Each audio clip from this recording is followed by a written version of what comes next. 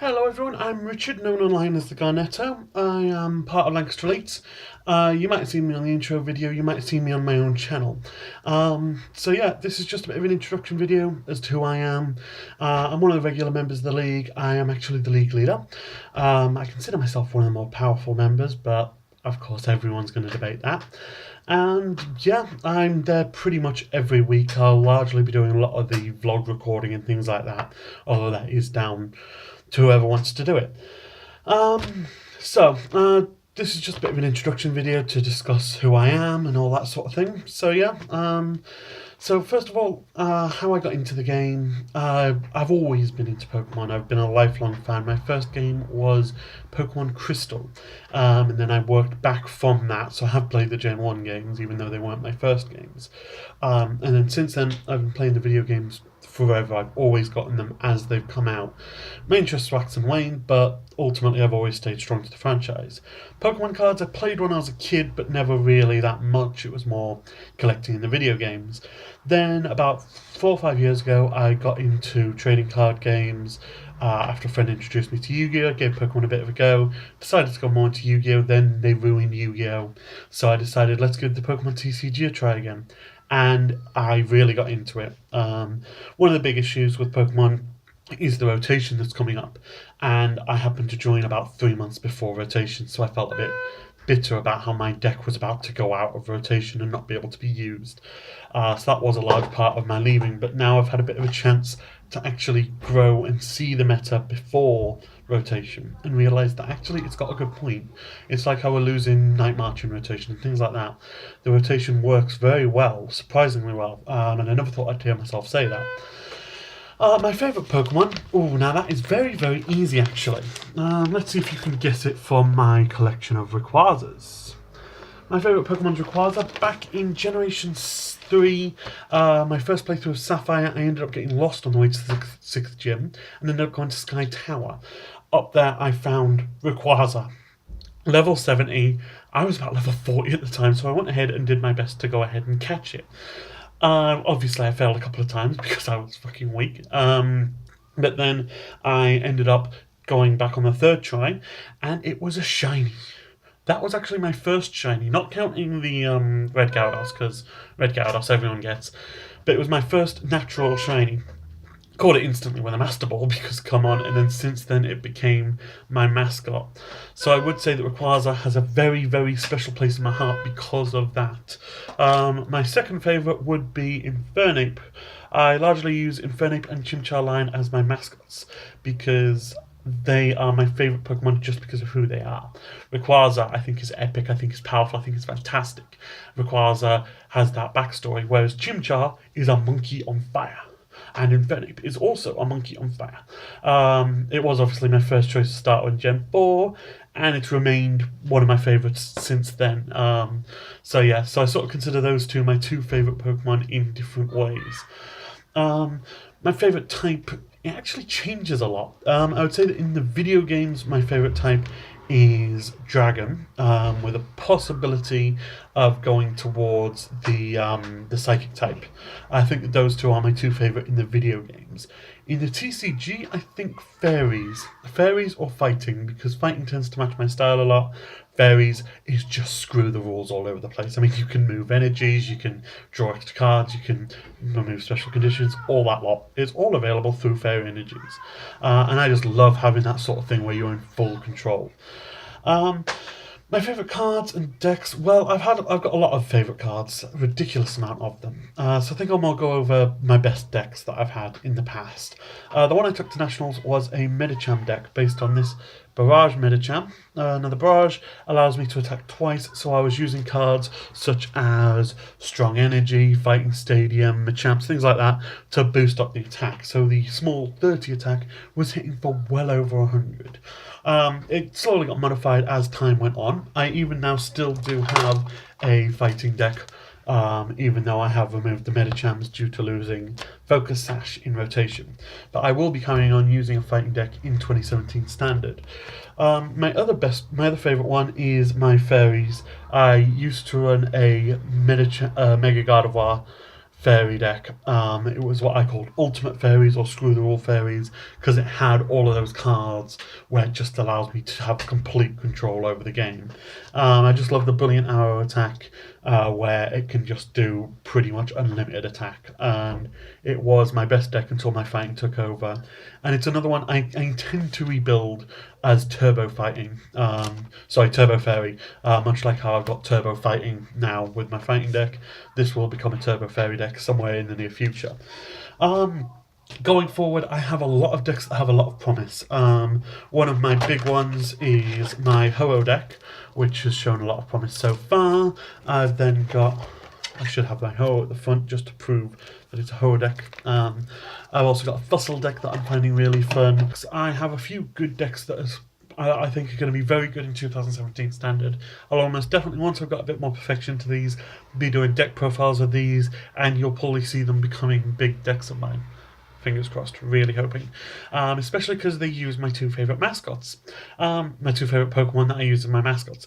So the first one is Delfernape Express, focusing around this Infernape, the one that's got 200 attack. So it's got 200 attack and it can recycle 10 fire energies from the discard pile. So it's a very, very powerful attack. At the minute, a bit struggling to actually get the balance right because I've never really gotten into fire decks that much. So fire is very, very different, especially when I need to get 10 fire energies in the discard pile to use the attack.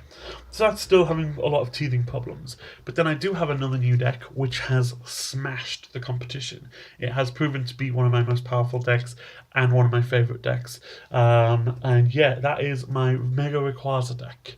It's not the Mega Rayquaza you think, it is the Dragon Mega Rayquaza, the one with Dragon's Ascent that has 300 energy. 300 attack. Admittedly, it discards 2 fire energies, but with cards like Mega Turbo, double Dragon energy, and the Reshiram to help it along, it is working very well, and I'm very much looking forward to see how that deck improves and gets better.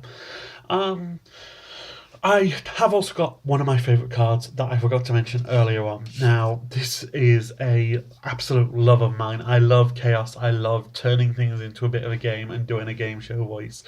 You'll probably see on one of the vlogs I'll be playing this at some point quite soon. Cedric Juniper. Now, on the surface, it's basically a Tierno. However, it has a risk to it, and I like turning it into a game show. Cedric Juniper is you've got to take a Pokemon from your hand, so let's say Infernape, place it face down on the table, and then your opponent has to guess the height of it. If they get it right, they draw 3 cards. Now, that kind of sucks, but nobody ever gets it right. So, the negative effect, which is if they get it wrong, that comes to me. So I draw 3 cards. So nobody ever gets it. I mean, it's like, who remembers Infernape's height? If anyone can get it without looking it up, then they are actually kind of sad, I would say. Although I know Infernape's because Infernape's my second favourite Pokemon, but most of the time, heights are not known. And I just think it's a hilariously fun card to play.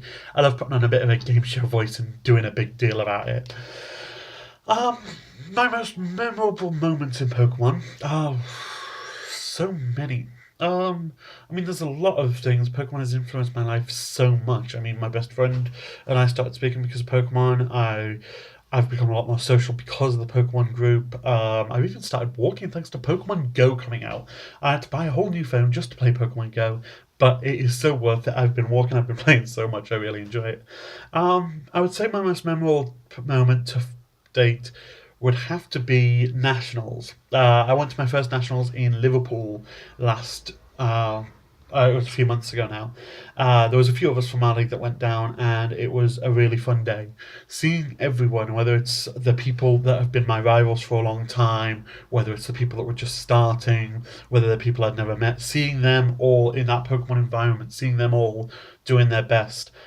It was fantastic. It was really fun. It also got me my playmat because I do have. Whilst I was there, there was an online shop, and I managed to get my playmat, which is like my favourite thing ever because it's a shiny Mega Rayquaza. So overall, that day has got to be my most memorable experience in Pokemon. But like I say, there is so many people that I've met, so much that Pokemon has influenced my life that my entire life has been Pokemon, or has had a large part through Pokemon. Either Pokemon or Doctor Who has shaped a lot of who I've become. My ambitions are to become the best. I've always played Pokemon casually, but only recently I tried to get into it competitively. I did try in VGC for a while, but I've basically didn't get that much enjoyment out of it, whereas TCG has been fantastic. I really want to take my decks to Worlds.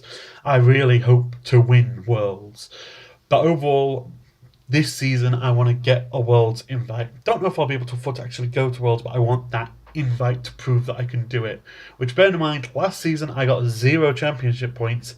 It's a bit of a big leap, but I'm prepared to do what it takes. I'm very much hoping that either my Rayquaza or my Infernapes will be the ones to take me there. Although I run a lot of decks. At this current moment in time, I have 9 decks on the go. So there's always a lot of chances for things. I also really hope to make Lancaster Elites a big league. It's one of those where it's always been somewhat small. We have had large times, we have had smaller times. When I took over, we were a very small league. We'd lost a lot of our members, we'd lost our venue. And I want to bring it all back. I want to unite Lancaster as one league. I want to make it the best league. I want to be able to get our league to have league challenges and have cities, maybe even regionals. I doubt we're going to get regionals, but that's where I want our league to head, and that's what I'm doing my best to try and achieve and accomplish league wise. And as I say, as a player, I want to get very high up in the players. I want to be at Worlds or be able to go to Worlds. And yeah, and I want to make an impression basically. So yeah, and that's about all really. That's me. I'm full of nerdy references. I'm full of Pokemon references. Oh, and I tell fantastic puns. And yeah, welcome to the channel. Welcome to our league, and I really hope that you enjoy everything.